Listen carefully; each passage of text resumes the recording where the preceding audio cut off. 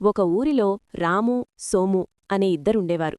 వారిద్దరూ చిన్ననాటినుంచి మిత్రులు. రాము అందర్నీ ఆప్యాయంగా పలకరిస్తూ మంచిగా మాట్లాడతాడు. ఎవరైనా కష్టంలో ఉంటే తనవంతు సాయం చేసేవాడు. కాని సోము దానికి పూర్తిగా వ్యతిరేకం. ఎవ్వరితోనూ సరిగ్గా మాట్లాడడు. ఎవరికైనా కష్టమొస్తే పట్టించుకునేవాడు కాదు.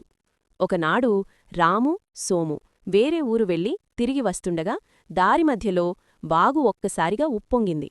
నీటి ప్రవాహంలో చిక్కుకున్న రాము, సోము సాయం కోసం గట్టిగా కేకలు వేశారు. వారి అరుపులు విన్న కొందరు వాగు ఒడ్డుకు వచ్చారు. కొట్టుకుపోతున్న వారిని కాపాడడం చాలా కష్టంగా ఉంది.